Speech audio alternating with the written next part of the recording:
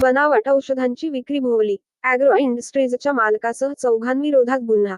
नंदुरबार शहरातील 2 कृषी सेवा केंद्रांवर गुणवत्ता नियंत्रण पथकाने धाड टाकली असता बोगस औषधांची विक्री होत असल्याचे आढळून आल्याने संबंधित कृषी सेवा केंद्रांवर कारवाई करण्यात आली असून या प्रकरणी अॅग्रो इंडस्ट्रीजच्या मालकासह 4 संशयितांविरोधात 2 वेगवेगळे गुन्हे नंदुरबार शहर पोलीस ठाण्यात दाखल करण्यात आले आहेत.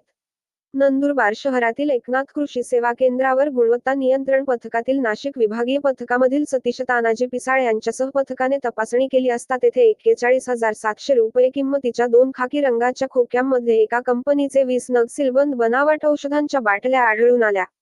यात एका कंपनीचे लेबल लावून बनावट औषधांची विक्री केल्याने कंपनीची प्रतिमा मलिन करून शासनाचा महसूल बुडवून शेतकऱ्यांचे आर्थिक नुकसान केल्याने नाशिक येथील साई अॅग्रो इंडस्ट्रीजचे मालक व नंदुरबार येथील जगतापवाडीमधील चेतन बारकुमाळी याच्या विरोधात बनावट औषध